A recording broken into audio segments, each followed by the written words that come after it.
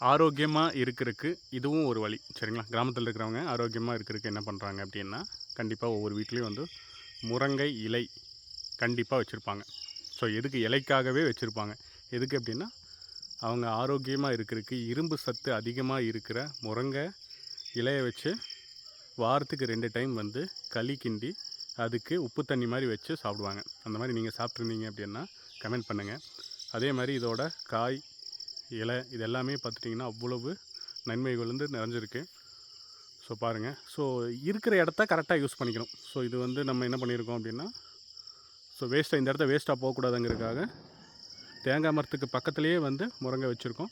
So அப்பப்போ cut பண்ணி விடும்போது ஃப்ரெஷ்ஷான இலை வந்து நம்மளுக்கு கிடைக்கும். ஸோ அதை வச்சு நம்ம பொரியல் வச்சுக்கலாம், குழம்பு வச்சுக்கலாம். தென் அதுக்கப்புறம் காய் வந்துச்சு அப்படின்னா அதை குழம்புக்கு யூஸ் பண்ணிக்கலாம். எங்கேயுமே போக வேண்டியது இல்லைங்க. எல்லாமே நம்ம தோட்டத்திலே இருக்கும். சரிங்களா?